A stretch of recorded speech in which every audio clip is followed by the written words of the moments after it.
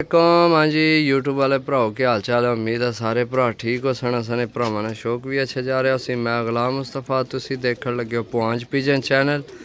जिन्हें दोस्ता ये तो नहीं चैनल सब्सक्राइब नहीं किया सब्सक्राइब करो ताकि असी जड़ी वीडियो लगाइए अपने भरावां तक आसानी नाल पहुँच सके। माशाल्लाह जनाब 10 पीस लगाए सन नंबर वाले। ये जनाब सेल हो गए तो ये जा रहे हैं सियालकोट। तो अल्लाह पाक अगे दुआ है कि जनाब अल्लाह पाक भाईरा ने नसीब करे। सियालकोट जा रहे हैं सही है।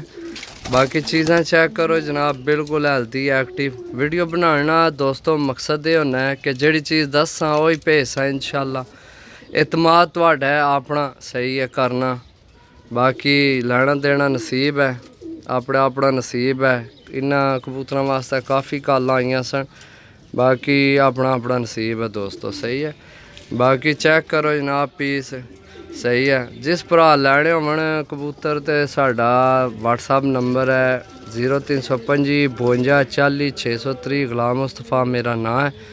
रबता करके जनाब कबूतर लै सकने हो। मिलसा अगली वीडियो तब तक इजाज़त दो। अल्लाह सोने वाला है। अल्लाह हाफिज़।